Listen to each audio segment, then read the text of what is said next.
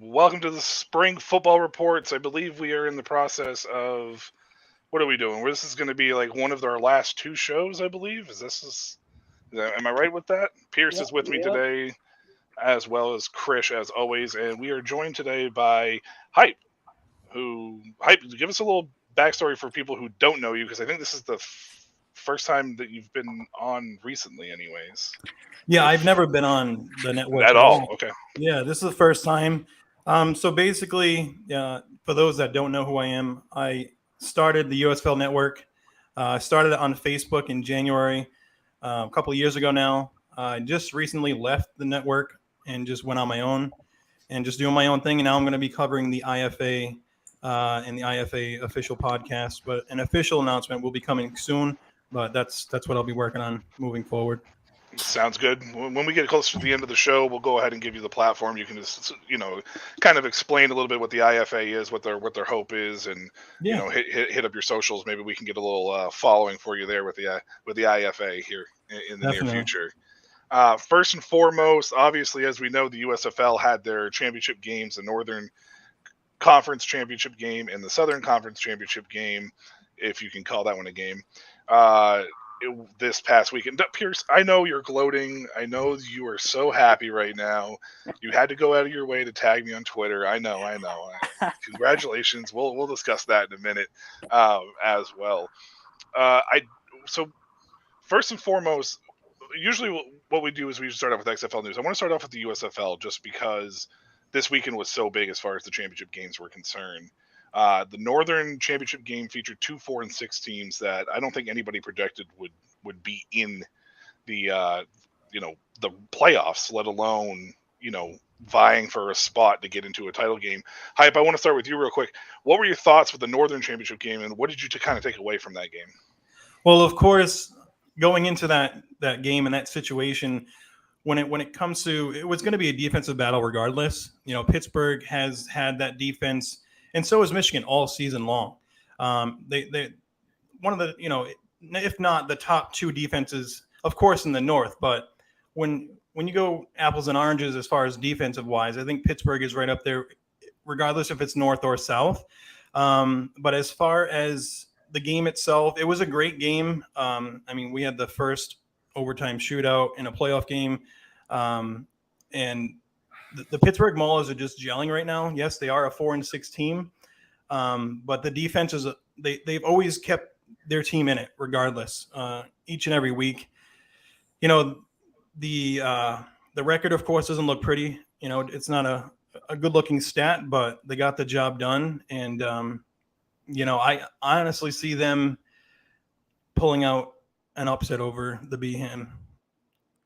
So Okay, that all right. that's my go-to right there. So Stallion fans, I do apologize ahead of time, but I think the Maulers defense are just going to attack and put so much pressure on Alex Magoo and company. It's going to be a big shock and big surprise. Okay. We'll get to predictions a little bit later on in the show as well for the championship game. But But it Pierce, was a good game. I It was a mean, good game. I mean, Pierce, you're the Birmingham fan. You got to just rebuttal real quick on that, or are you just you're gonna wait till the end? I'm gonna hold out. I'm gonna hold out. We'll talk about it later. You're gonna put that one in your back pocket. All right. How about you? What do you think of the Northern Championship game between Pittsburgh and Michigan there? I liked how it cooked up, but just like how it went down, because like it was a defensive slug for the most part. Like there really wasn't a high scoring game, and then I was like, I don't think EJ Perry's got it. Like I don't think he's got it. And then second half, they just kind of made it very entertaining. EJ Perry though wasn't the greatest. I mean, he still made a 72-yard bomb that made the game interesting. But I think for the most part, it was almost with the Maulers. I think it was always in their court in the second half. It was just like the matter of when they scored, and they almost choked on that. And then the overtime rules and then the penalties like left the ending kind of a weird taste in my mouth because I'm not used to it, watching the NFL and all that. So like it was a very interesting game, a very fun game to watch. I actually got to show one of my relatives who doesn't watch this sport because I was like, oh yeah, their playoffs are going now. I was like, oh, let's watch it right now. So like I talked to him like about everything. So it was a very fun experience, watching this game. But yeah, the penalties the overtime rules, very interesting. And I feel like a lot of Michigan Panthers fans aren't feeling too great about this one. Yeah, I think Michigan, their penalties alone was 100 and some odd yards. It was just insane compared to the Maulers. I think they had like 15 penalties. I think they had 15 penalties total. Krish, Mr. Hot Take. Any hot takes coming out of this Northern Championship game for you over there, buddy? Yeah, no, I mean, it was a great game. I honestly didn't really watch it because I was at my Massachusetts Pirates game, but I got to see like the end of it. It was great. It was great. I mean, I'm happy for the Maulers. They deserve it. Ray Horton and all of them with their defense. Their defense is insane. Like you've been saying, and Reuben Foster. I mean, Reuben Foster has stepped up big time. I know Reuben is hungry for his opportunity to get back in the league. I'm excited to see what that team has to do, and I think all the credit has to go to Ray Horton's son, Jaron. Jaron being young, right? Like, a lot of people think Jaron is the defensive coordinator because of his dad, right? Because that's how professional sports work sometimes. But Jaron has earned that role, 100%. And he's taking it on, and I have to give all the credit to him. Troy Williams didn't play that bad either. Troy's definitely grown in that role, and I think I'm excited to watch what he can do in a high pressure stage, on Saturday night. So.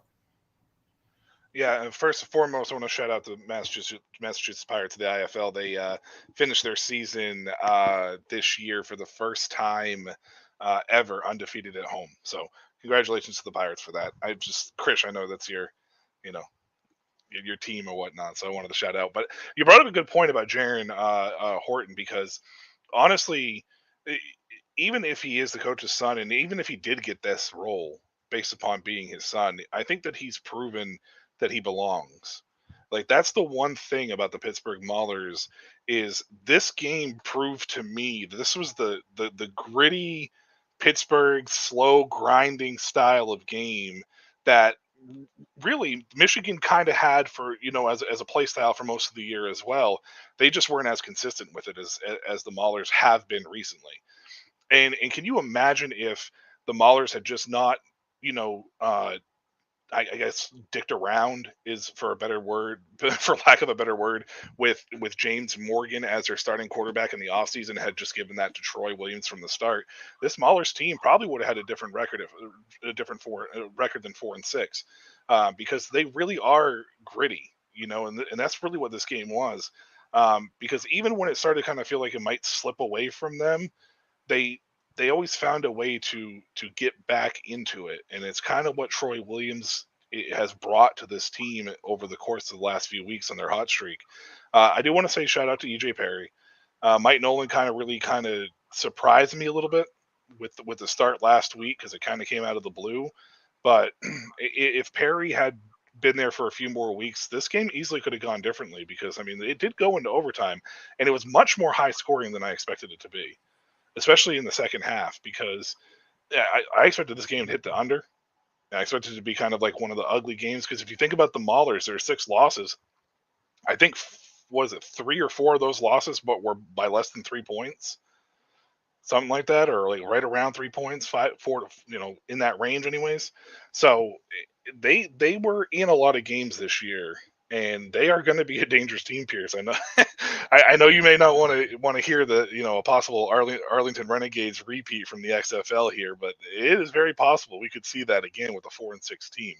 So, but let's jump to your boys. Actually, let's go to Birmingham real quick. Well, Hype, did you actually have something you wanted to say there? Well, I mean, I just wanted to touch base with, when it comes to Jaron Horton. He was there last year as well.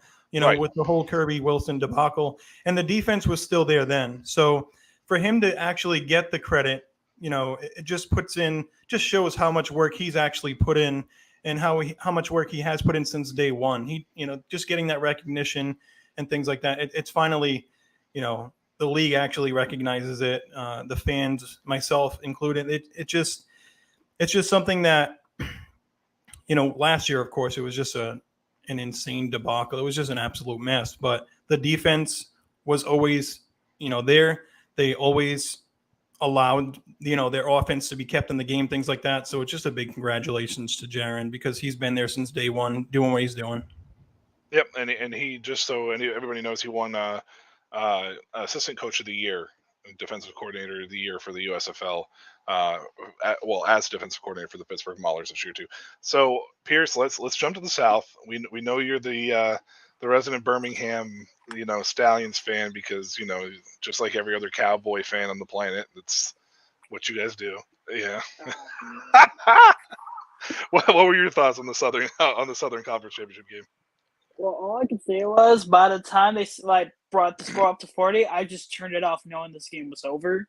Like, I woke up that day being like, this is going to be a great game. Like, this is going to be a fun game to watch because both teams are great and, like, it's going to be a slugfest. It was for, like, one quarter. One quarter, they were like, oh, man, okay. Like, there was a pick, but, like, they are staying neck and neck. And then just by the time they scored that second quarter touchdown, as they usually do, they never had it. Like, it kind of baffles me how they just couldn't stop that offense. And Magoo was making some ridiculous passes. I don't want to say he was looking like Mahomes, but you might as well call him the USFL Mahomes this year. I won't say he is Mahomes, but he might as well look like it this year. It was, like, ridiculous, like how many times he was running around and then throwing a pass, and it either is like it gets knocked out, but it's still crazy that like he even still got it to where they can catch that. He made some ridiculous, like it was just like it was like crazy. Magoo like really stepped up, and like I don't know what happens to the Breakers, like just all around, and how they just did it. It just kind of, it was like a fever dream. Like I was just like, is this really happening? Are we really doing this right now? And like, I started thinking ahead of the future. Like I wasn't even thinking about the championship that's next week because I put up a tweet that I guess got a little bit of some ground, and I was like, if I'm Alex Magoo, after the season's all said and done, because he's most likely getting an MVP. He already won the championship, the South Division championship. Like, do I really try to go to the NFL where it could be like a Kyle Sloter situation where he gets cut like mid preseason? Or do I just stick with the USFL and try to just continue building from there, being quarterback one? And like, because I guess a Stallions fan, cool, we're being successful right now, but what happens if we lose Magoo or Jamar Smith, in the offseason? Because those guys could definitely be both gone. I don't know about Jamar Smith considering his injury, but like the game made me think more about the future than the championship coming up next week. But like ultimately, it was an awesome game. Don't know what happened to the Breakers. I wish, I love the rivalry. The rivalry's still my favorite in the league. Like it's just I wish the game was a little bit better on your guys' part, but can't blame you too badly. Hype. What about you, man? I'll say mine in a minute, but what about you? What was your takeaway from this game? Yeah, I mean, it was an absolute blowout, of course. Come halftime, the game was over. Third quarter just got even worse. Magoo, just to touch base, Pearce with Magoo, there was one play where he was, in the opposite end zone, and he just snapped a pass. I think it was to Kane, and we're like, holy, like, how did that even happen? Like video game-esque, Patrick Mahomes play and pass. It was just, absolutely incredible. But also, Pearce, to your point too, where does Magoo go from here? Does he take that chance to, get called to the NFL and, get that NFL tryout and bounce around like, a Kyle Sloter? Because Magoo, he's already done that. He's already been drafted by the Seahawks, and he's already had his run in the NFL come, the springtime, and things like that. But or does the USFL go ahead and actually up the ante and, extend a contract or pay him more? But you don't see that happening just because it's the USFL.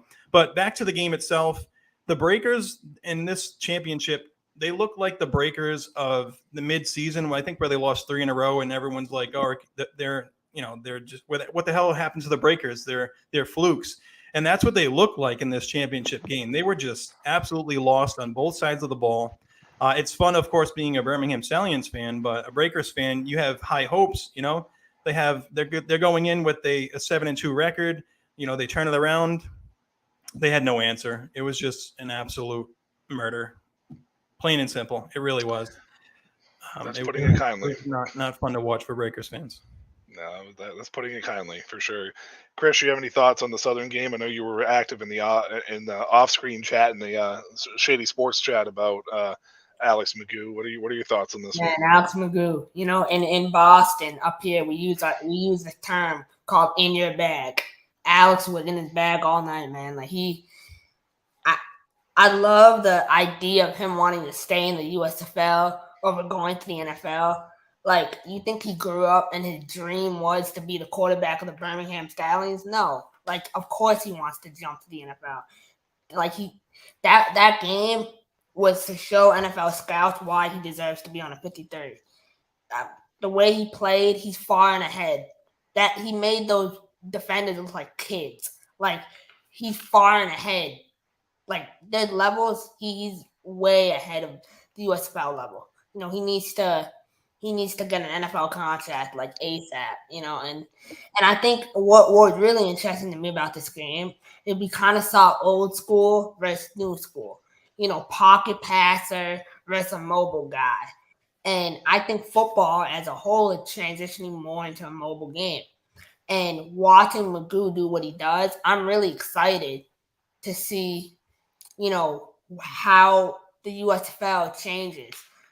I want to see more running quarterbacks and more athletes, kind of like what we saw with Trey Wilson, earlier, and Troy Williams, but not like, obviously those guys are nowhere near McGough. But I think the more and more we go on, like McLeod, that was McLeod's last game. That guy not stepping on the field again. Like, I would be shocked if he plays next year. Our producer here was saying that this is his probably last run or like last shot at the NFL, which I don't blame him. Like, all these guys in the USFL, Kyle Sloter didn't work out because of Kyle Sloter. You know what I mean? Like, his attitude, you see how he acts playing for an XFL team. Like, the stuff these guys can get away with for playing with these teams, that they're getting cut the first day. You know what I mean? So I think it's kind of it speaks to the volume of just levels and how NFL scouts need to just take more notice. Because I watched multiple players on that field, like Ricky Pearson is another guy. We don't give him credit, man. Like, he averaged, I think 6 yards a carry last night. Meeting Ricky earlier in the year, like, I knew the minute I saw that guy, like, he's going places. So I'm really excited about the championship game. I think it's going to be a great game. But I think at the end, I'll say my prediction for the end, but I think Birmingham is coming out on top. And I think McGough is going to solidify himself, or he already solidified himself as USFL MVP. Like, who else do you give it to? McLeod was in that conversation for a little bit because of the passing yards, but just because you can huck it downfield a couple times doesn't make you an MVP. Like, McLeod is old and washed up. It's time to retire. That's my thought. I don't know about all that, but that's your hot take. That's your hot take from Krish, as always. That's the Krish hot take weekly episode here at Spring Football Reports. No, this game to me was a game of one team wanting it more than another.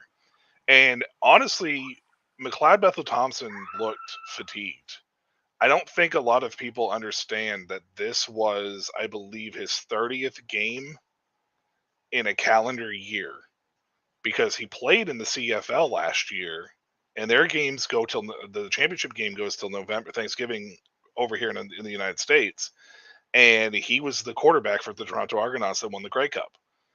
So his only offseason came really December, January, February of sorts. So he had a ton of games inside a calendar year compared to where Alex McGough had 10, because McGough's last game that he officially played in, as far as like on the the stat sheet in the regular season game, came in the championship game of the USFL championship last year. So he looked fatigued, and I know that's an excuse more than anything, because you're here. You thought you could do it. You knew you could try to do it, and you had been doing it all year. So it just comes down to, it just looked like one team was definitely prepared and another team wasn't. Now, here's the other side of this too. Birmingham was one of the few teams, it was one of only a few teams that didn't have a ton of turnover heading into the season with players in key positions. Whereas New Orleans, when John DeFilippo came on, they didn't have a single quarterback on roster. So this was kind of a tale of two teams still like one was there before with certain players in key positions. Another one obviously hadn't been. So that's what I gathered from here. New Orleans just came out flat. The first quarter was great. The second quarter on beyond was awful. The defense, I don't know what the defense was doing. I don't know what happened with the adjustments or lack of adjustments coming out of halftime. But I believe Birmingham scored on every single play. And when you do that, it automatically brings in a you're not going to be able to have success with that nature in that manner. So as for the futures are concerned, and we'll bring Sam in here in a minute if he can hear us. I don't know if he can hear us or not. He can hear us. Okay, we'll bring him in here in a minute. But as far as the future is concerned, Pearce, you bring up a good point, because to me, Alex Magoo is a case study for what the USFL and XFL want to do. Sam and I talked about this when Sam first brought me on. Was one of the first conversations we had was, what do these players do? Do you want to continue to bounce in the NFL? The paycheck's nice for, a month and a half, but do you want to continue to try to do that? Hope that maybe you stick and then ride the pine? Because I guarantee that AJ McCarron is going to probably return to the XFL because he wants his kids to watch him play. He's one of the first few quarterbacks that has openly said, I just want to play for my kids. Forget the play, pay, whatever else. Magoo is building a brand. And people are going to remember Magoo, the USFL MVP.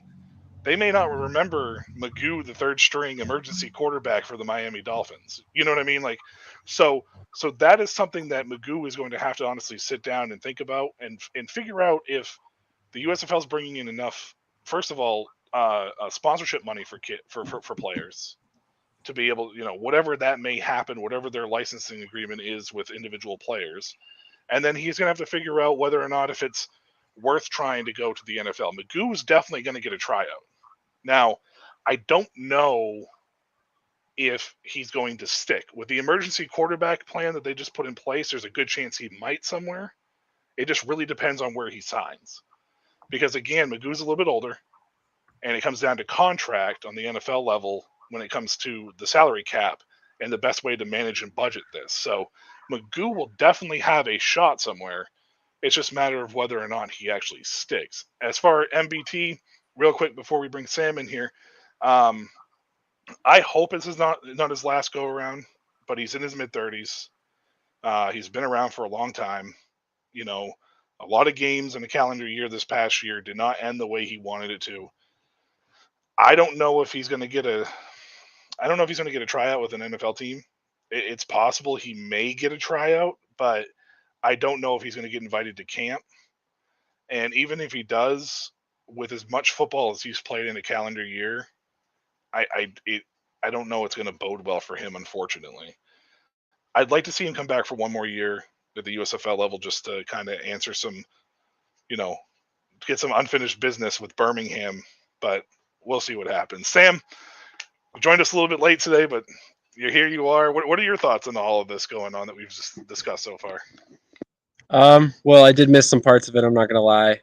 I came on camera a little bit earlier than I was expecting there. I apologize. I must have clicked the button. Oh, no, that was that's me. That's why it says half-ass producer here. No, that was me. I added you. That was me. I was in mid-conversation, saw your face pop up, so I was like, let's bring him on. Yeah, definitely. So I wanted to hop on, at least show up when I could. I apologize for being late. Work held me up a little bit, but that job pays the bills currently. We're hoping this one does eventually, but we're not quite there yet. So, eventually, hopefully. But with that being said, I think there's a lot to unpack with this situation. In particular, I wanted to touch on Alex Magoo. I like that you guys brought up the fact that he will get a tryout. I believe that he will, in fact, get a tryout. I think there's a lot of teams that make a lot of sense for him. And actually, Toby Johnson brought this up on Twitter earlier this week, and I like that he's doing this, by the way. He's tweeting about Alex Magoo and what teams he think would fit in. And one that he threw out there was Baltimore. Baltimore makes a lot of sense to me. So, I mean, that makes a lot of sense. I mean, he could be a perfect third string quarterback for Philadelphia. I could see him in probably New York with the Giants. He does a lot of things similar to Daniel Jones in terms of mobility. There's a lot of different teams I could see him on. So it would make a lot of sense for him to sign with the team. Whether or not he sticks, that's a totally different question. But I like that you brought up the fact that NFL quarterback rule changed a lot for guys like this, because I think that due to that, teams are going to value the experience that these USFL and XFL quarterbacks are bringing to the table, in my personal opinion. Whether that actually pans out, only time will tell. Yeah, I mentioned Miami because I think Miami's a perfect spot.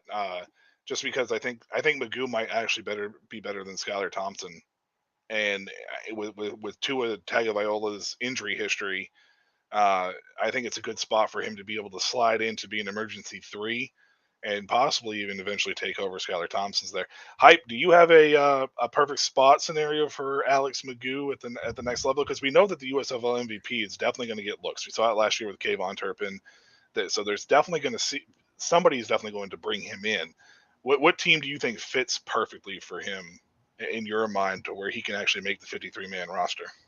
Well, any successful team that I would want him to be placed on, of course, being in Boston, are the Patriots, of course. So I'm going to be biased. But, in actuality, with Toby Johnson going ahead and tweeting that, with the Baltimore Ravens play style, can absolutely see him fitting in that scenario, in that situation. You got a lot of options.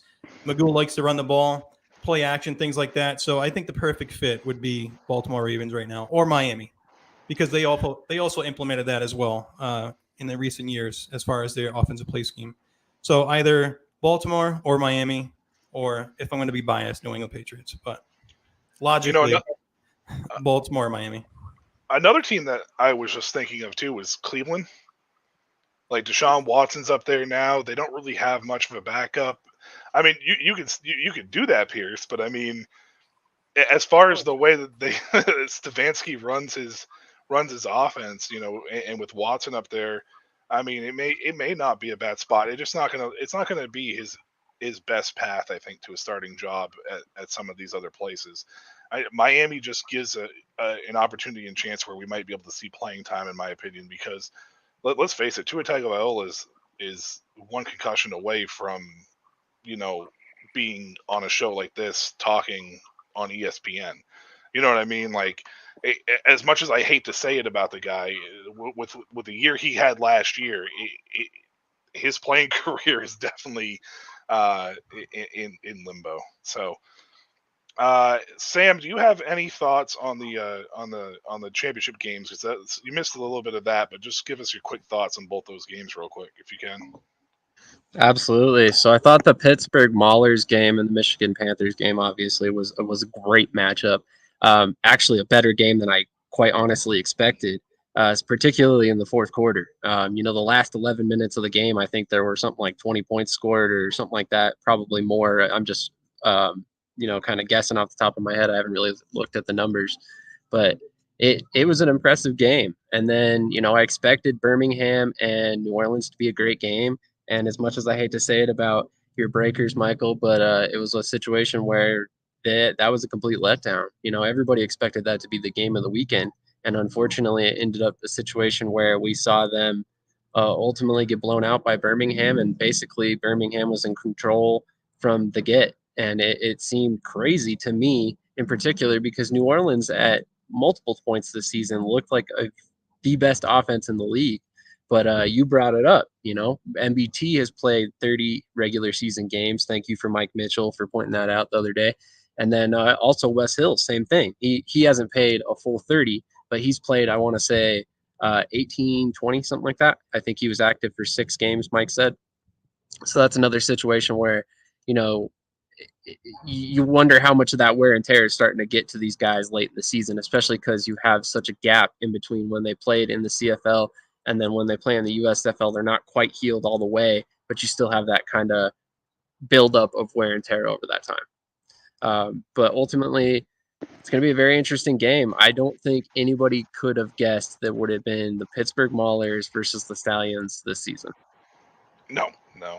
I can't imagine that there was. Let's shift gears real quick. I want to jump over to the XFL real briefly, primarily because they just had their rookie draft, and this felt a little more organized. No offense to the USFL by any means, but it felt a little more organized than the USFL's rookie draft that they held earlier in the year, whereas they had more of a clear-cut idea of who they wanted to target.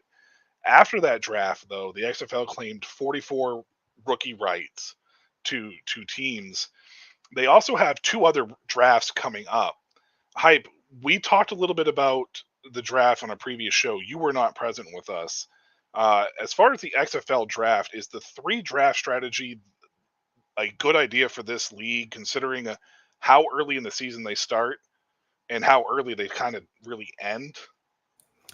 Well, I mean, when it comes to multiple drafts, and later on maybe we'll touch base on it, but there's other leagues that do this as well, the supplemental and things like that. But yes, you get the rights to the players now, but something in that time span may happen. Things may not work out, whatever the case may be. They may fall off, and it's just showcasing more talent and providing more opportunity, for future players to sign coming up, with these extra drafts. So I think it's a great idea. I think it's just great just for, opportunity wise for athletes out there that are looking for an opportunity right now. More drafts, the better for me. That's what I say. I agree with that. I love drafts. Chris, Sam brought it up before. You weren't on the show either, or he mentioned it, I think, in the actual our chat too. If you're an XFL draftee, regardless of which draft you're drafted in, would you just go to the XFL, to the training camp, and then let that play out no matter what, even if you had been drafted to the USFL, and then you can fall back on the USFL if you're cut or released? How would you approach that if it was like you, or what do you think the players might be the best strategy for the players involved there? I mean, so I'm biased, right? XFL on top all the way. But no, honestly, I think you want to play it out. You want to see your situation. You don't want to burn bridges. I know a lot of people say Malik Cunningham burned bridges, right, with the USFL by saying I would never play in that league. But I think it's an opportunity. It's a unique opportunity for these guys to explore.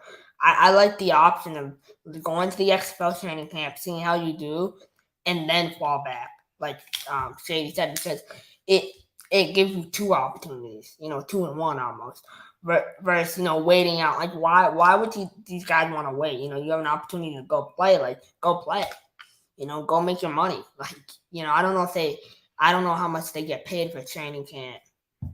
I don't know if they get paid anything for training camp in the XFL. They do. So I mean, take that pay. You get cut. I don't know how much is it? Is it like $800? I'd have to look back. I've got the numbers for both leagues in my head. I'm just not sure which is which, so I don't want to say to mislead people. But I'm not going to say they're getting rich, but it's definitely a little bit of money. So you're not necessarily out anything for the time that you're there. It's not like you're necessarily losing money by being there, which could be the case with some indoor football teams and stuff like that. Yeah, exactly. And I think money. You win money and you get the money you provide for your family. I mean, even like $800, even $1,000 for some of these guys, that's huge. So I think you just do that. And I think it's huge for the XFL. XFL is a league of opportunity, and so I'm excited. I'm really excited. I obviously went to Chris there on purpose. I like watching Sam's reactions to a lot of things that Chris says. Hey, man, hot take city. To be fair, and nothing that he said was out of line, and it's because he was agreeing with me as per usual. No, I'm just kidding. Yeah. Of course, yeah. No, but realistically, we talked about it off camera, and I think that it's a realistic subject that it's not no fault to the USFL. It's strictly timing. Because if you go to the XFL, you get cut, worst case scenario, right? You can then pursue the USFL. And you might not necessarily get signed by the USFL unless, you're a pretty solid player. But I'm just saying there's that opportunity for you to either pursue the USFL or the CFL, which is even a little bit later. So there's really potential for you to triple up on your opportunities to make a team if it took that many opportunities to actually make a roster. Yeah, I think that's probably the best way to go about it and whatnot. Now, I don't think this was originally on, to be honest with you, I don't know what was originally on the agenda for tonight. I'm winging this just as much as I am anything else at this point in time. I'm trying to come up with topics as we're moving along, so I apologize to everybody here.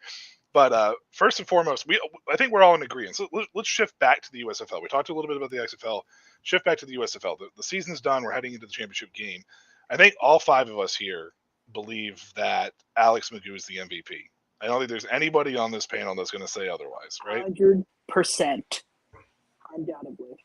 I didn't see hype nod his head. Do you have somebody else you'd rather have instead of? Oh no, instead no, of no, Alex? no. I do. No, I was looking at my my Twitter feed and just getting more hate on my previous tweet from a couple of days ago. So if you wanted to talk USFL and be controversial, I guess, I have something to bring up if you want.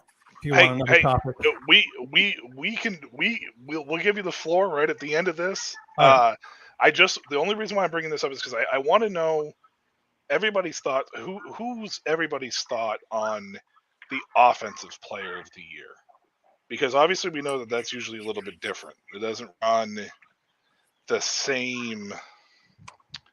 What's the word? It's not usually the MVP and the offensive player. They don't usually win both, right? So who, in your eyes, and we'll start with Pearce. He's the one that is like really thinking hard right now. We'll start with Pearce. Who do you think should win Offensive Player of the Year? Because we know Magoo's going to win MVP. Who would you pick?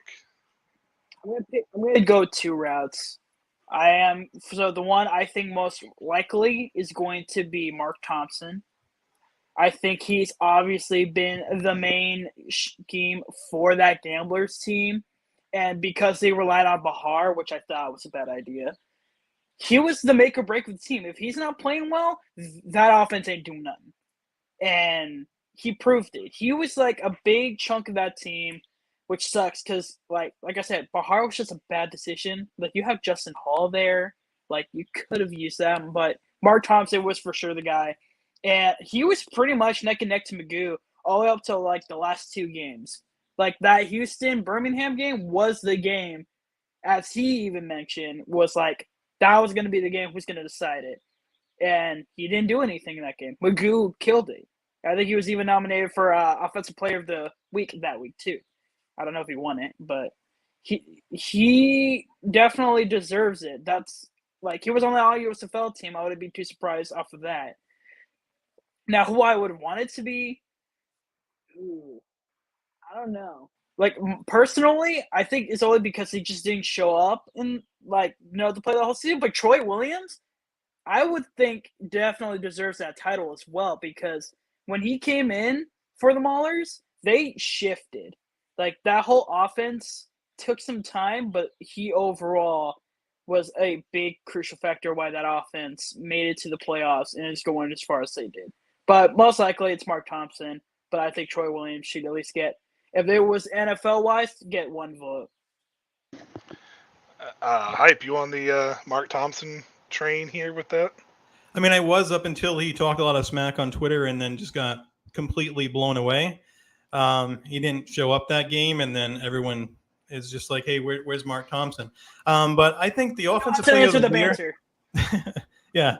I think the offensive player of the year, they're going to go more towards stat-wise. Yes, Thompson has 14 rushing touchdowns, but in the modern day era of the USFL, you got McLeod that passed over 2,400 passing yards. So I think it's going to go to him, honestly. And I think it's just going to be based off of numbers. And he deserves it. The guy's 3 years younger than I am, and he's still one of the, playing the hardest sport there possibly is. And I think he deserves it. Came in, learned a completely brand new system, just coming off the CFL championship, and he almost got it done.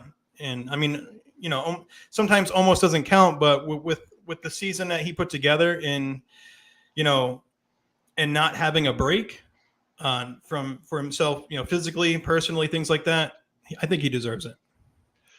Glad you mentioned him. I didn't want to be the Breakers home fan to bring him up. Sam, how about you? Are you going to be? Are you sticking homegrown here, or are you on the Mark Thompson train? You gotta say Case Cookus. Watch. Oh yeah, that's what I was wondering. No, not Case Cookus. Sorry, I had a truck going by that you guys wouldn't have been able to hear me over. No, as much as I would love to say Case Cookus, I don't believe that he deserves the award this year. As much as he totally carried the Stars offense. No disrespect to what he was able to do this season, who, by the way, second in passing yards and touchdowns this season. But yeah, I'm on the Mark Thompson train. I was riding that train all the way up until that Birmingham Houston game. And then I watched Magoo do things that I've talked about heavily here, are the difference between a good quarterback and a great quarterback. He came through in the clutch when Birmingham needed him most on big drives to win games. And realistically, you can't vote for anybody other than him. So, I mean, as far as the MVP race, but yeah, I think, like you said, they're not going to give him both MVP and Offensive Player of the Year. So you got to give Offensive Player of the Year to Mark Thompson, in my opinion. How about you, Chris? You the Mark Thompson train as well? Are you going to make it 3-1 here? I'm going with the wide receiver out of Baylor, Corey Coleman. He's my Offensive Player of the Year. Corey done a great job, coming to USFL, first round pick. I'm really loving everything he did. I'm excited. Led the league in receiving yards. I want Mark to win, but I think that Corey just has been incredible. He really single-handedly carried that team at points. And that team was so inconsistent all year, and then finally they had that one consistent spot, kind of like Mark did, honestly. But Corey was that one bright spot for them, and I'm high on Corey. I think Corey didn't win Offensive Player. I think he should have won Offensive Player of the Year. Now I know whoever votes on these. I don't know who votes on these like Player of the Year awards. I don't know if it's like Daryl Johnson sitting in his basement just like circling stuff on a piece of paper, or they actually have like legit like voters. Which I don't think they have legit voters because nothing is legit about that league. So. No, I think it's more what are the coaches and personnel from other teams vote for somebody else or something like that. So yeah, I think so. Kind of Sam, biased. there it is, Sam. There's the outlandish. There's always one. There's always at least There's one. always one. There's always But one. Yeah. it's okay. It's okay. I'll let him have it. I'm 100%. There's legit voting process behind it. It's funny that he would suggest otherwise, but either way, I think that they're going to end up choosing worthy candidates, whether it's McLeod Bethel Thompson or Corey Coleman or Mark Thompson or Wes Alex Hills. Magoo. Or, Wes Hills, too. Realistically, he deserves some consideration as well. I mean, he was dominant through the first half of the season, although he did fall off quite a bit toward the end of the year. It's one of those things where so did a lot of players. Corey Coleman's an interesting choice. I would not have expected that, especially from Chris. But I'm curious, Chris, do you see him signing with an NFL team this offseason? If he had matured and realized, you can't be on a TV show crying about how you're not getting reps. You know what I mean? Like if he realizes that, which I hope he has, going from a first round pick to playing the USFL, in a stadium with 2 fans in it. Like I really hope he realized that. So if he did, 100%. I mean, I can see him Green Bay Packers, man. Sign Corey all the way, man. I mean, he would be a good fit, or Dallas Cowboys, someone needs to take Antonio Callaway's spot. I mean, on the practice squad. I mean, seriously though, now that Callaway's gone, I don't know where Callaway is right now, right?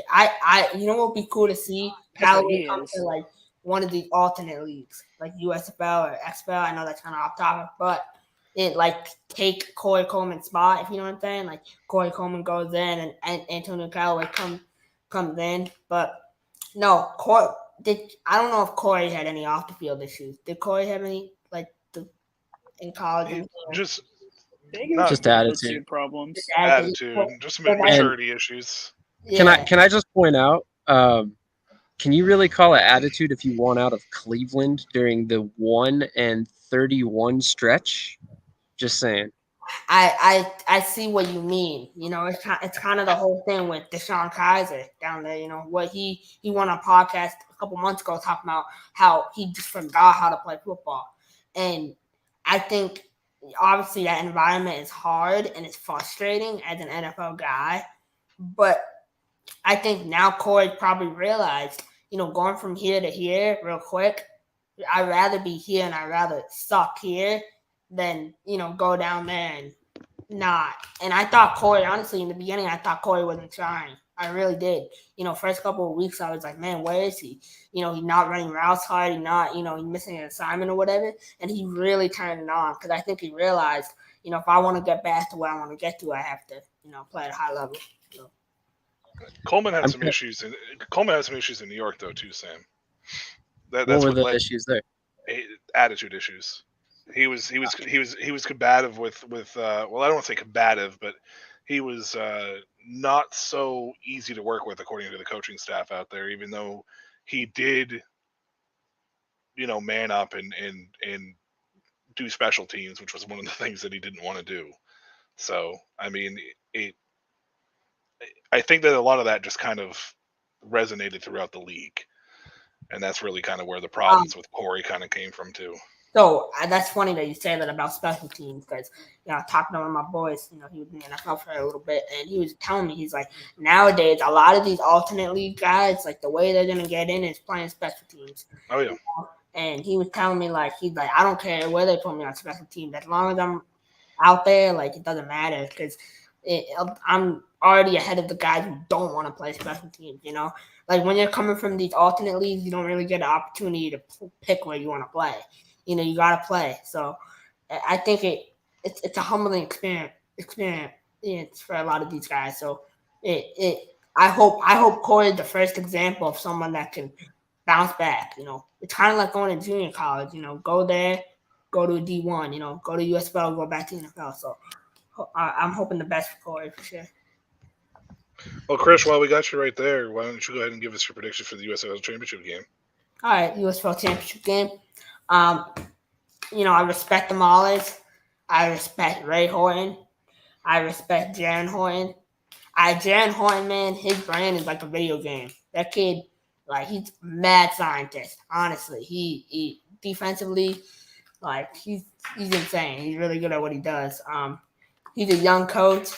Remind me a lot of myself in the future. Now, I can't call myself a coach now, but in the future.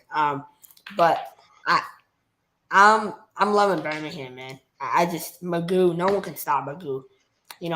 I said it in the chat, and I got some eye rolling for it. But Johnny Manziel, Heisman campaign. He looks like Johnny Manziel, and I don't know what to do. I think we often forget how good Johnny Manziel was in college. I think we're thinking of the first round pick of Brown Johnny Manziel. I'm talking about Texas A&M, Alabama, 4 o'clock, SEC, prime time, CBS, Johnny Manziel. That's Johnny Manziel I'm talking about. So Magoo reminds me so much of him, the way he plays. And, there's a lot of Magoo haters out there, his attitude, his this, his that. And I see that on Facebook and Twitter and stuff.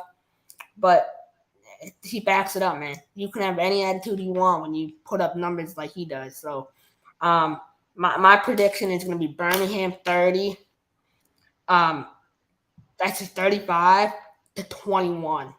I think the Maulers find a way to get 21 points. I know there's a lot of over-hopeful Maulers fans out there that think they're going to be like the Arlington Renegades. And honestly, the gap between the Renegades and Defenders was much bigger than the gap between the Maulers and the Stallions. That's an interesting point that I wanted to hit on because I think if the Maulers defense comes up and makes stop and keep Magoo in the pocket, make him uncomfortable in the pocket, which is what obviously the Breakers defense tried to do, which about the Breakers, like they need a new defensive coordinator or something, man. Like I don't know.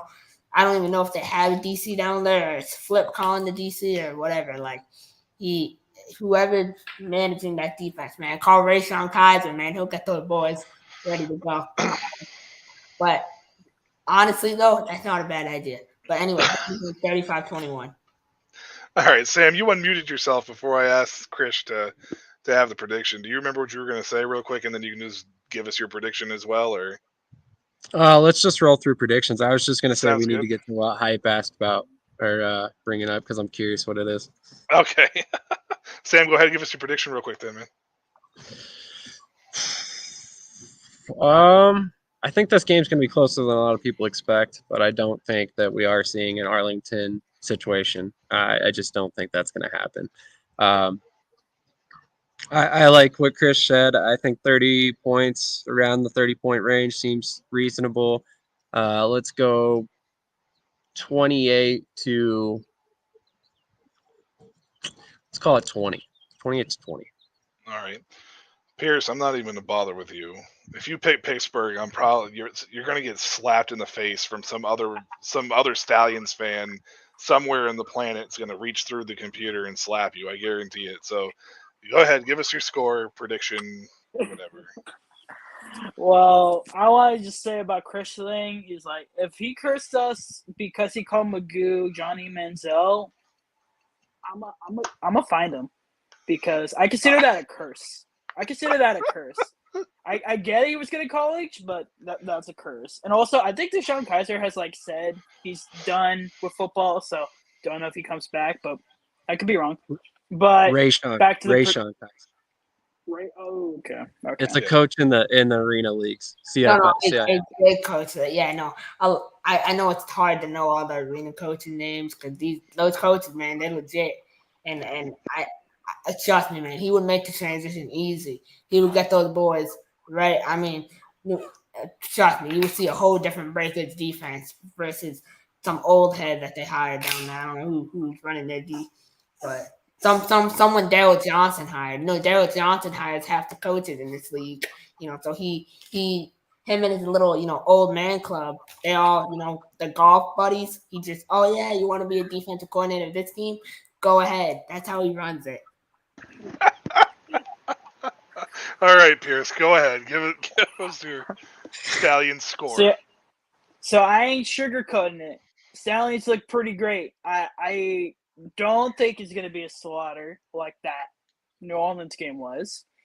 I don't think that at all. I think it's going to be kind of the same formula as the game, though, where it's going to be the first half, it's going to be quiet, turnovers maybe, but I think ultimately it's going to be a quiet first half, especially with the defense against Pittsburgh and even Birmingham on a good day.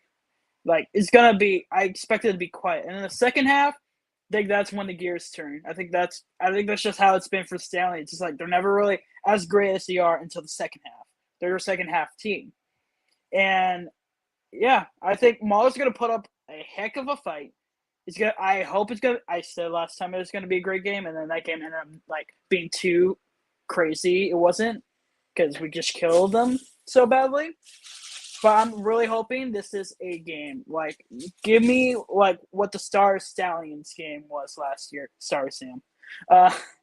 So I am gonna, of course, go with my Birmingham Stallions for sure, and I'm gonna go 34-27. Hype.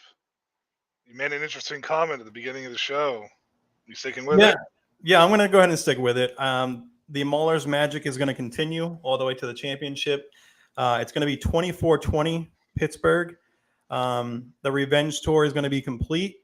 I think the Birmingham Stallions left it all out on the field this past weekend, and it's not going to be the same scores, same outcome come the championship. I think the Pittsburgh Maulers are just going to get it done. Their defense is going to get it done first and foremost, and then the Maulers offense will pick it up when needed. But the Maulers defense is going to shine in this one. So 24-20 Pittsburgh. Offense wins games, defense wins championships. Pittsburgh Maulers 26-23. That's my prediction. 26-23, really? 26-23. Maulers? I really Maulers just 20 heard that? You heard it. 26-23. Wow. Offense Somebody's better. Offense wins games. Defense. Honestly, I probably would have picked the Maulers against the Breakers, even if the Breakers had won.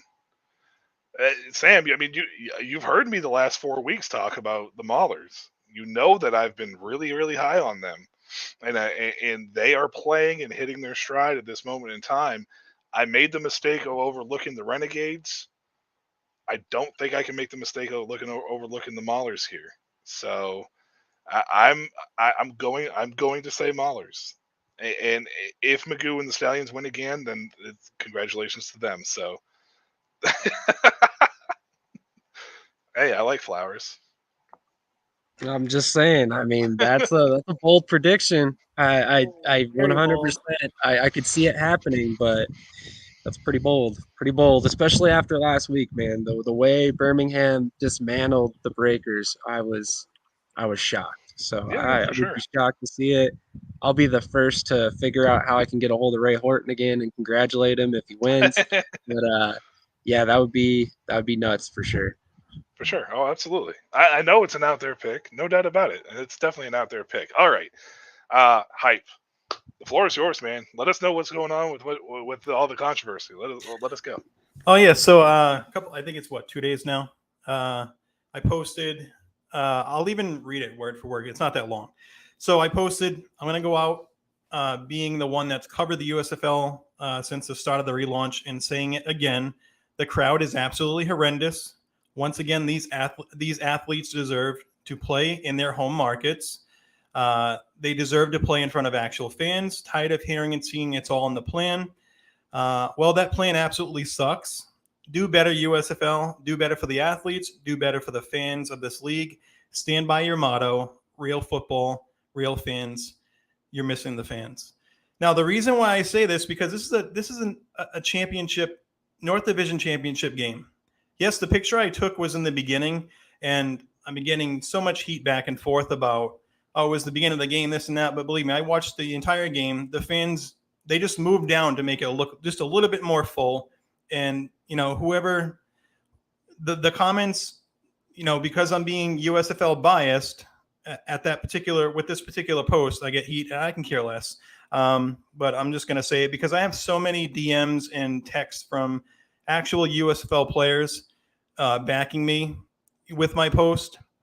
And a lot of it is to do, because I even posted after the fact, with the whole Birmingham Stallions situation, the attendance was there. The protective was packed the way it should be. Why? Because Birmingham is in year 2 and they're in year 2 of their home market.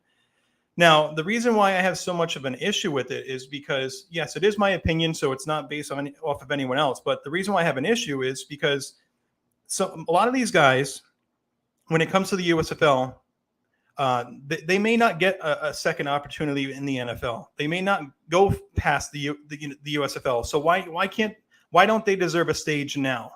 Why do they have to wait for a possible next hub scenario and get the shit end of the deal now? You know what I mean? Why can't it happen now? And that's pretty much what it was. But there was so much backlash and messages, threats, unfollows. Either way, I can care less. I follow the league. I follow alternate football. It is what it is. I'm going to just voice my opinion because that's my right, and that's what I did. So that's pretty much what I had to go off of. I think that a lot of people tend to forget that you can be critical of something that you enjoy.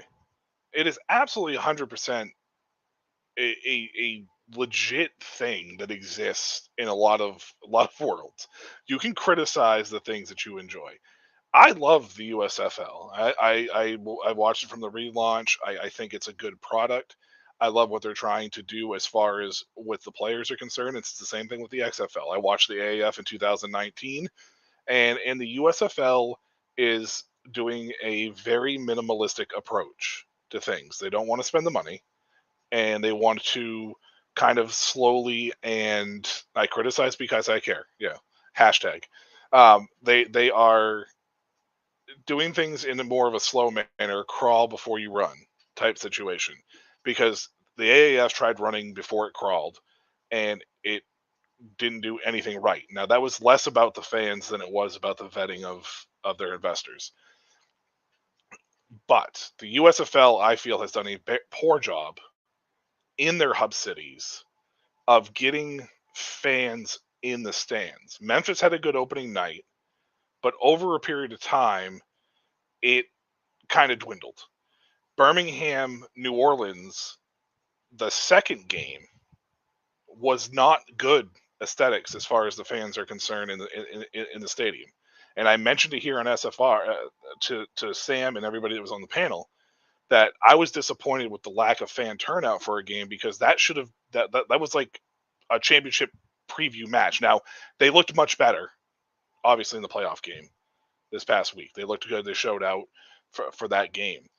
But you only have 3 teams in home markets, and like I mentioned to you, Hype, before we went on air, they literally moved a team to get a hub in Memphis, but yet failed to do that for Canton. Now, Sam, I mentioned a Hype, about how you mentioned about the Canton hub and keeping the Canton on the back burner, but it doesn't make sense to me.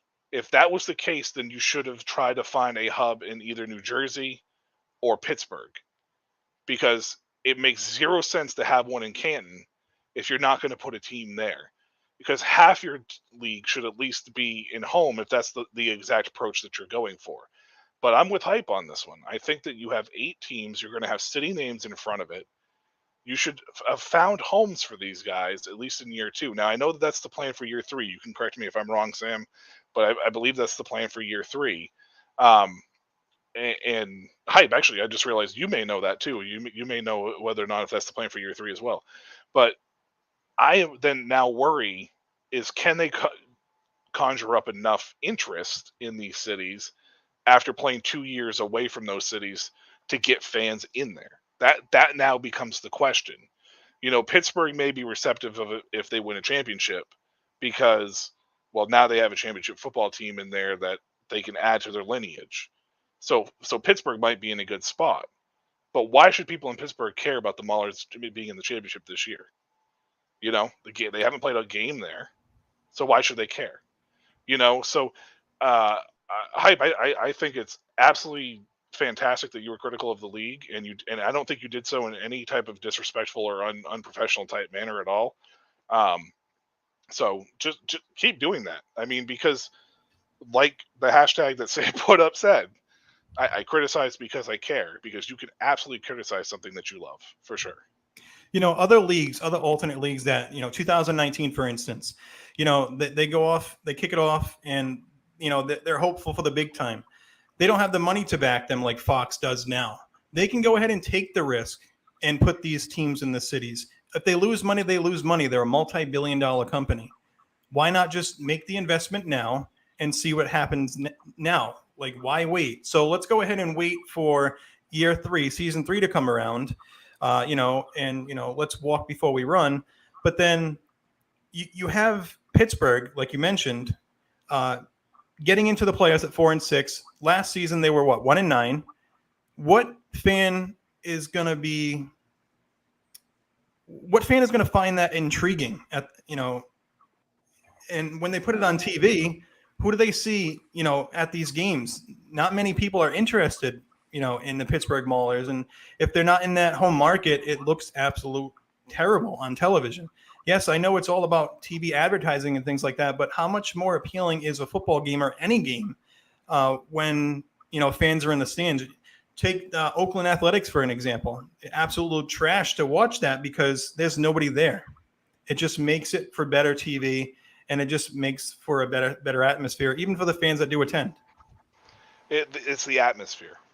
It's the atmosphere for me. I don't watch a game to see who's in the stands. That doesn't matter to me. But who's in the stands brings a certain level of atmosphere to each game, and the USFL is missing the atmosphere. Say what you want about the XFL all season long. And they had some attendance issues here, there, wherever it may be. But 12,000 fans in stands is definitely better than 100, and it presented a better atmosphere overall, even in Vegas. And Vegas was terrible this year, but even in Vegas, when the 60% capacity, they brought a better atmosphere than some of these games that you're not seeing that with. Sam, do you have any thoughts on this? We've discussed it before, numerous times, and Pearce, we'll get yours here in a second. And we've discussed it numerous times about this, but is there anything really incorrect there to want fans, or the USFL's approach may have been too slow? No, I think everybody wanted to see all 8 teams in cities this season. And I want to go on record by saying that I truly believe that the USFL tried everything to a certain extent to get those teams in cities. Now, I know they obviously drew a line somewhere, because if they didn't, those teams would be in their host cities. But where that line was, I don't know. I just know that they did put effort into finding venues in other cities. It just didn't work out this season. But in another sense, that almost worries me that it hasn't worked out to this point, or we haven't gotten announcements of hubs coming up or anything like that, or anything hasn't leaked out. Now, I don't know that there's been any move in the USFL at any point that's been a huge game-changing development that hasn't leaked at some point to somebody. So I feel like there would have been whispers about it if there were hubs coming. Maybe I'm wrong. Maybe USFL somehow managed to keep this 100% tight-lipped. And I think we talking about this last time, but we never got to it. But I personally, if I'm the USFL and I have hubs ready, I announce that after the championship game. And I say, hey, season tickets are on sale now. We're in all 8 cities. These are the team names or whatever it needed to happen to make that happen. And you announce it as soon as that game's over, right after you've done the celebration. And it's right there on, network TV that, hey, the team's coming to your city next season. And, maybe it's unlikely that fans see that if they're not already invested in these teams. But, it's a lot better chance that they happen to catch a championship game that's on a rather big network and see that announcement than it is that, they put it out on Twitter a month and a half, 2 months after, or they put it out on the website that nobody really frequents unless you're, already into the league. So I think that'd be a great way to announce it. But I haven't heard anything's coming. That doesn't mean it isn't. So I'm very interested to see exactly what happens there, because I think it's a complete failure if they don't get all 8 teams in cities next season. And I don't want to say that the USFL has been a failure in any way, shape, or form, because the football is great. But it probably would be true, and it's hard to argue that fact even from league officials at that point, I would guess. Well, we know that Larry Fedora left New Orleans this year because of the hub approach. We know that there's been players that have talked about the hub approach. Hype has some in his DMs talking about, support of his tweet. We know that Michigan's coming back. That was actually announced by the city of Michigan themselves. They will be back in some capacity, whether that's going to be the home thing. The USFL decides to do the hybrid, hub like the XFL did, and then deploy the teams to the cities or whatever it may be. Those are small things that we know if you're just paying attention to the league. Pearce, just real quick, do you have any other thoughts to add to this as far as what Hype was just talking about with the fans and stuff and the hubs? Yeah, I think it's a very, strong point that I made. I just, it's a Twitter thing. You know how Twitter is. People just love to complain, love to just bash on anybody that's against them. So I think it's an awesome point that you made, because, I think it's a little bit biased because, I am a Birmingham fan who had to deal with people saying, oh, your team was good only because, you're the hub. You're like the USFL hub. And even then it's like on Twitter, I'm always seeing like Davion Davis is like, hey, I'm giving away 2 tickets to the game next week. You just gotta like and all of that. I'm just seeing like people talk like people within the team trying to get people to go to pack protective. That was like a hashtag and everything. I just don't see it for other teams. And like even like XFL, if I remember, even gave away some tickets. I don't remember too much, but it seemed like as teams, they want to go bigger. They want to. They're looking for the future. They want to get expansive. They want to, finally get their hubs. But corporate business, the USFL business, they are just taking it one season at a time. They're. I don't know if they're just worried about overstepping and just like plummeting to like losing a lot of money doing the hubs. But I think at this point, it's like, then when? Just when are you gonna do it? And it's just like they need to do it soon because like you guys made a great point about Pittsburgh. They just made it to the championship. And like they're a team looking on the up and up. They got Troy Williams, their coach. Everybody loves their coach. And like they're just in the better and they're in the black and yellow. I think that matters for Pittsburgh people. Like they're in the black and yellow. Like that's a thing. Like that's such I think the culture would be great in Pittsburgh for that. And then, Michigan, made it to the playoffs, which they are coming back. Like, and then Birmingham obviously has been basically the only prime example of like what it looks like. But everybody should get that. And it's just like it's really down to the business needs to make that big deep dive into the pool and actually just get those hubs out. And if they don't work out, worst case scenario is just like what? You just go back to smaller hubs if you run out of money. Like I think it's worth a shot.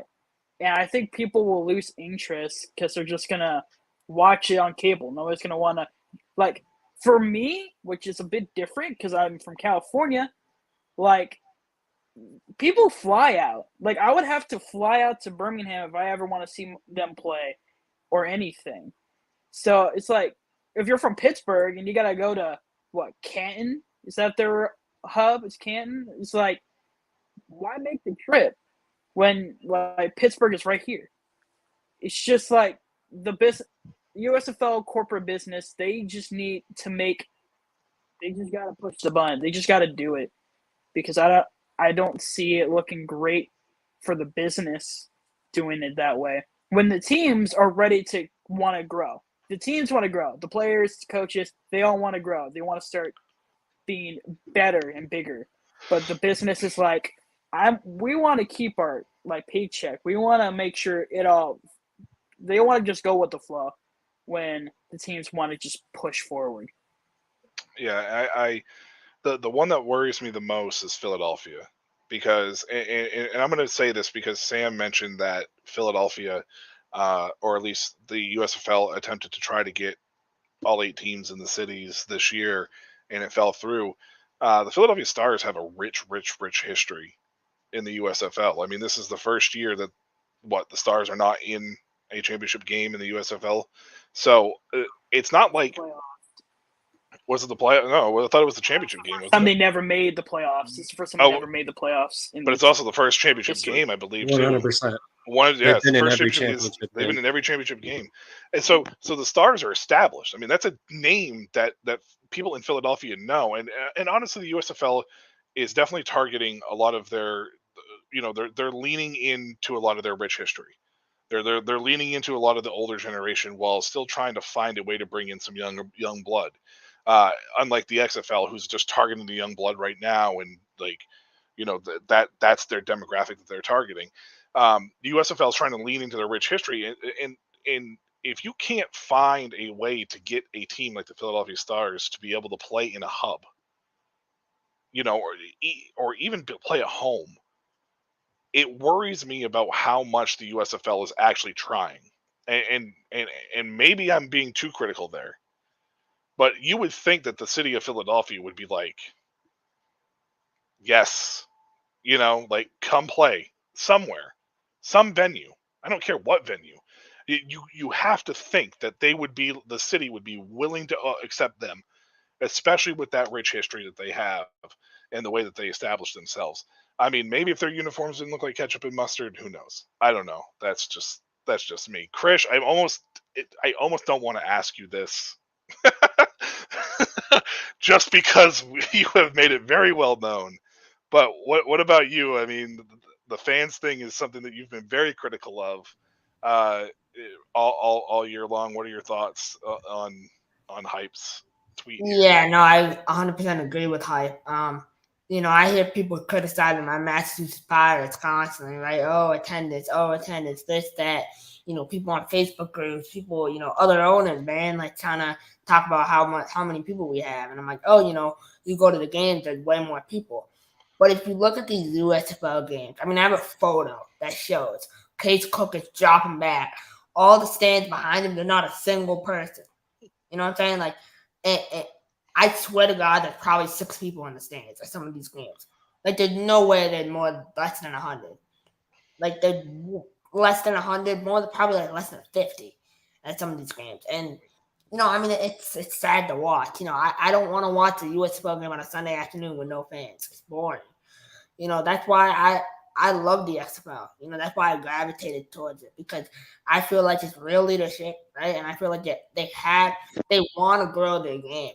They really, really want to grow the game. I think the USFL wants to grow its game too.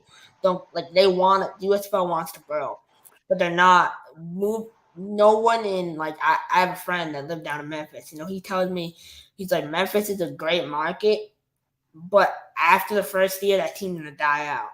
Because Memphis is Memphis, and I think no person, Shady's probably the only person who's a Philadelphia Eagles fan and a Philadelphia Stars fan. I don't think there's many people from Philadelphia that know, like, the Philadelphia Stars. Maybe the Stars, but maybe like Houston Gamblers. Like, who knows that? No one does. You know what I'm saying? Like, who's going to be like, oh, Houston, we have the Gamblers. No one even know who the Gamblers is because it's not advertised. Out here in Boston, right, we have all our sports teams, and they do a great job of promoting themselves, even if they're established. The Red Sox, I mean, look at the promotion they have. They have dollar nights always, probably one time a week. They have bobblehead giveaways. They have different things. I don't think there's any of these promotions going on at these USFL stadiums. I know out there on the USFL podcast, they were talking about how $25, gets you in, gets you this, front row seats and whatever. But you need to put it out there. You need to get out in the community. You need to, make it recognizable. You need to get youth involved. You need to youth football camps.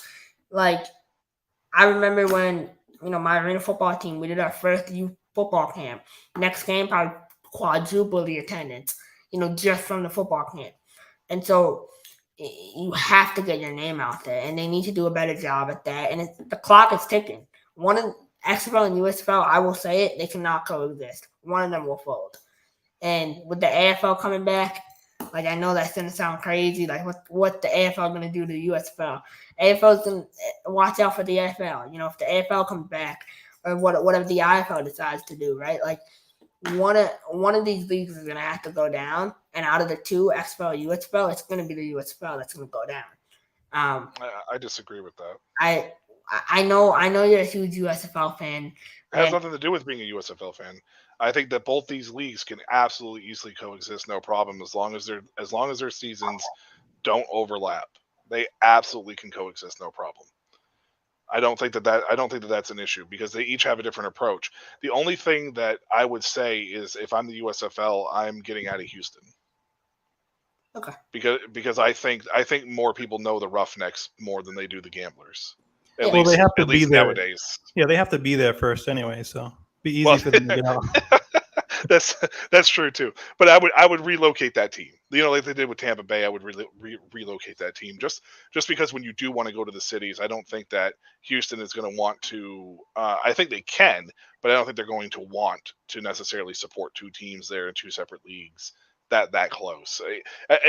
Christian, the only reason why I say that is because as long as the seasons don't intersect like this, and they get in each other's way where they're fighting for stuff, and they're not expanding to 16 teams apiece. Like, I think that both teams could run a parallel line and not get in each other's way to where it's a direct competition. Because even with the 2 weeks that overlap this year, or 3 weeks that overlap this year, there was only like, I think it was 4 games total that actually competed head to head.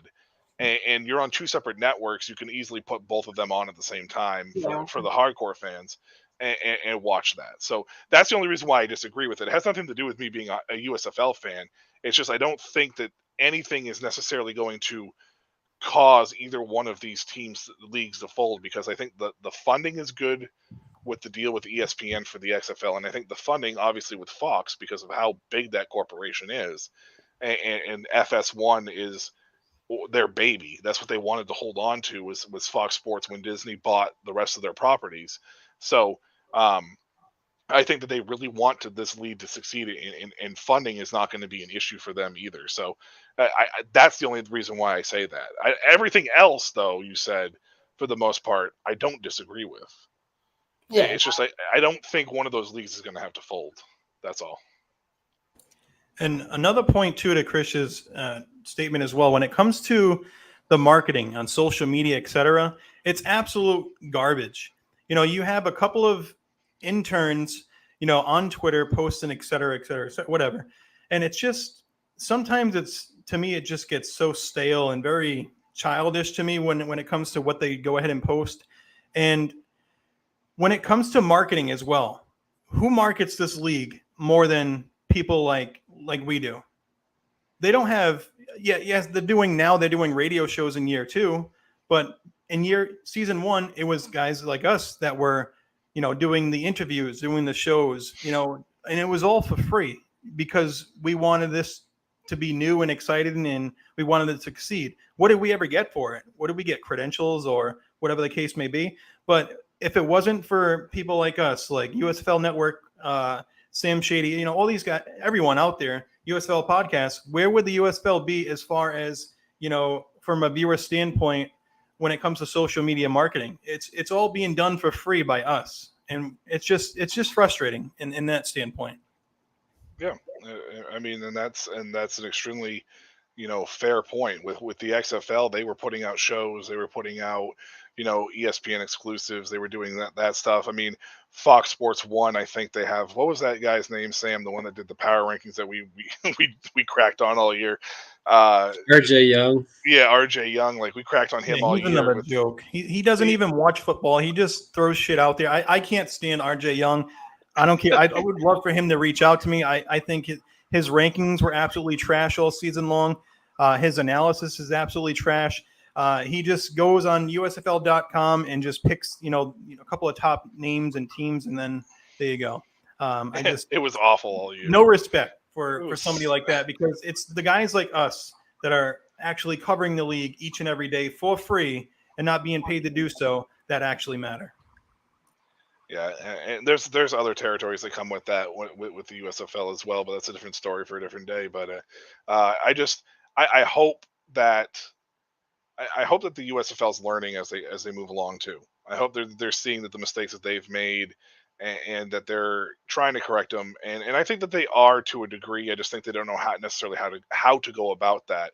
So I think that that's something that they need to address in the front office moving forward from the league, is to figure out the best solutions to that, regardless of whatever it is that they come up with, primarily because it will be sink or swim for them. But I like I told Sam, I think that after year 3 for both these leagues, I think that they'll be set up for, you know, another short term, you know, span and be okay. So if this league gets past the 3rd season, which I honestly don't see why it wouldn't, I think that they'll be set up going into year 5, year 6. We'll just obviously have to see what happens there as well. So I don't have anything else. So Sam, we'll get back to you last. Hold on a second. Hype. IFA, I see it in the background. Tell us a little bit about that. Tell us where we can get you on social media. Tell us what you're going to be doing here. Go ahead and just a couple minutes of plugging yourself. Yeah. It's not going to take long. I can't talk much about the IFA just right now, just because of the fact it's in the early stage process. Kickoff is scheduled June 2024. They went ahead and just mentioned a couple of hours ago before coming on their TV deals, but nothing yet on the American side. More on that later. But IFA, it's going to be 6 teams to start. They're going to start small. They want to be competitive as far as pay when it comes to, other leagues and things like that. They want to bring American football to the Mexican side as well. So there'll be 3 teams in the United States and 3 teams in Mexico as well. And for myself, I will be running the IFA podcast, and more information on that officially to come down the road just a little bit later. But that's basically it right now. It's in the, the early run, but I'm excited for the new opportunity. I'm not going to not cover USFL, but not just as much and as hard as I was when I ran the USFL network. And where can we follow you on Twitter so we can see this stuff? So yeah, absolutely. It is at It's Only Hype. So I changed my Twitter name from USFL Network. Some clown has it now, literally, and it's now at It's Only Hype is my Twitter. And I still run the USFL Network Facebook page. That's still mine. I own that, but everything else you see on Twitter is all of the other USFL guys that are running the show. Sounds good. You just got to follow from me. Appreciate it. Pearce, go ahead, man. I mean, we've done this before with you. I think everybody, for the most part, has an idea, but go ahead and plug yourself real quick. Well, Pearce Sports Productions on Twitter, Instagram, on YouTube. I'm just going to bring it out there because I know I brought it up a couple times, but Tom Grossi still doing his 30 and 30 thing. He's just about almost done. He's in Las Vegas right now. In a couple of days, he's going to be in Los Angeles, and I'm going to be there. So if anybody out there watching in Los Angeles, I am going to be out in Los Angeles to see Tom Grossi. So if you watch me, you watch Sam, show up. I would love to see you guys there. And that's all I got to say for this week. I got a question for you. Is your mom going? She is, in fact, going to be going to see Tom as well. Yep. Do you think she shoots her shot? I don't know. I don't know what she's got cooked up in her head right now. Sorry, I had to ask. I thought that whole scenario is just too funny. Too funny. Hey, is anyone excited for Dylan Scott? I figured. Chris, do you have anything you want to plug real quick before we get out of here? An announcement maybe of something that happened recently in your life that... Yeah, no, I mean, so, I've been waiting to officially announce this, but, I think that opportunities come and you just got to take full advantage of them. The Mass Pirates, my local arena team, I talked to them and, I've joined the coaching staff per se. I've been in team meetings, quarterbacks, receivers, working with the guys. And for me, it's like I'm getting coached up. I told them, first day, I'm like, I'm not coaching you, you're coaching me, And, I just want to say, publicly, like, Anthony Russo, man, like, he's a real dog.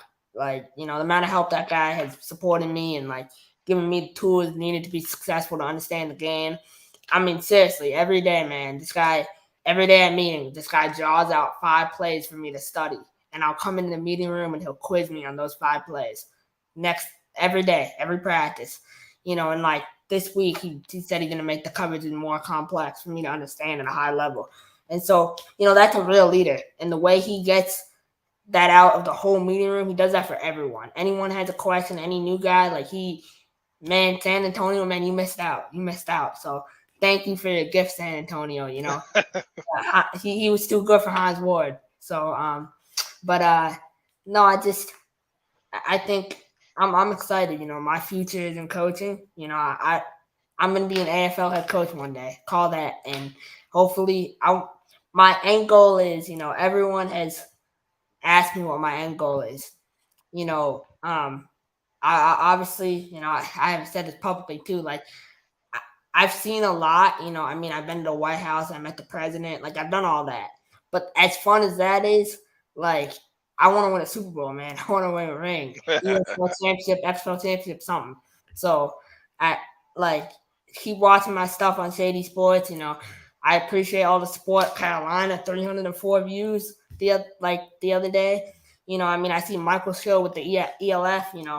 That's getting good viewership. You guys are making this grow. We're about to grow this. 770 subscribers. I got a surgery coming up on July 5th. I want to hit 800 by July 5th. So I think we can make that happen. So keep supporting, keep showing love, and we'll keep. I got a lot of stuff in the lab. I'm cooking in the lab. So Krish, where can we find you on Twitter, just so I can give you a follow? Okay, yeah. If I'm not already. On Twitter, I think it's KrishBias9. I'll tweet at you though. I'll send you.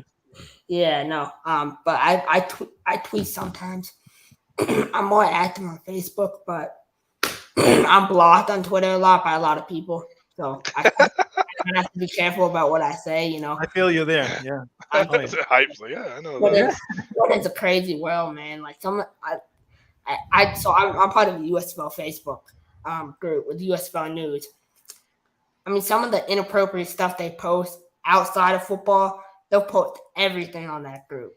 And it's like, you guys, and this is a large group. I'm talking about a group that had 20,000 members in it, so they're posting stuff like that. That's what separates the XFL, because that would never fly in the XFL. So have a great one. Sam, go ahead and plug yourself real quick if there's anything that you want to plug. Obviously, Shady Sports Network. Yeah.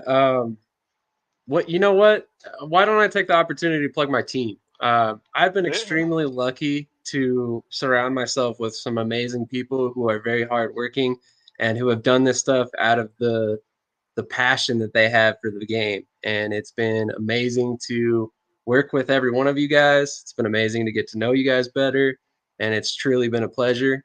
My season's slowing down a little bit, so I won't be on the camera as much, but luckily I have an amazing group of guys who are doing shows that will keep you guys entertained long throughout the off season. And then I'll see you guys back when indoor football starts up again and stuff like that. So definitely stay tuned. ShadySportsNetwork.com.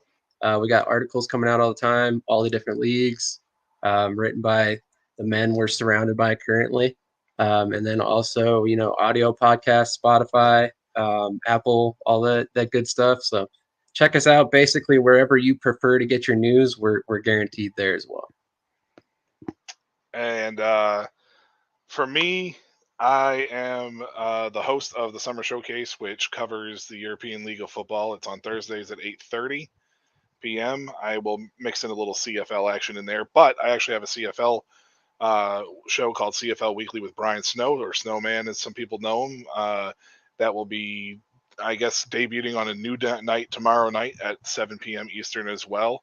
So look for that. That will be that's a lot of fun if you follow the CFL. So my season is actually going to probably be yearly. I have my weekly article of predictions for the ELF. So even if you don't get a chance to watch the games, you can kind of learn a little bit about the league through my article that comes out every week. And I think I just did 3 teams in the XFL draft recap for Shady Sports Network as well. And I know that Krish did the Vegas Vipers, and I believe Sam covered the other 4. So we are definitely been busy over here at the Shady Sports Network. You can follow me at Twitter at MW77. 77 is spelled out. And obviously Facebook is just, my name. It's right there. I think it's the Breakers logo right now. That will probably end up changing to the Warclaw Panthers here soon. So if anybody else has anything, I think that's going to do it for us here tonight. And I believe this has got one more episode left. Sam, if I'm correct, I think next week is our last episode. So, yes, sir. It is. Will be the last episode unless probably do some draft stuff or something like that when the next drafts come up. But with the USFL season just about wrapped up, the XFL season is over. It definitely doesn't need to be a weekly event. I don't think. But when big news is out, we'll definitely come to you guys with something. Yep. So this will be the last show of the season until next season. Then catch us here periodically. We'll make sure we promote that for you. But until then, I'm a game next changer. week.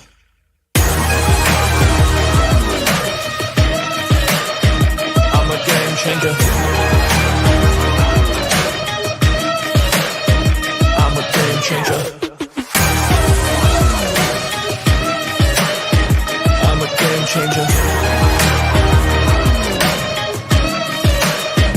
I'm a game changer.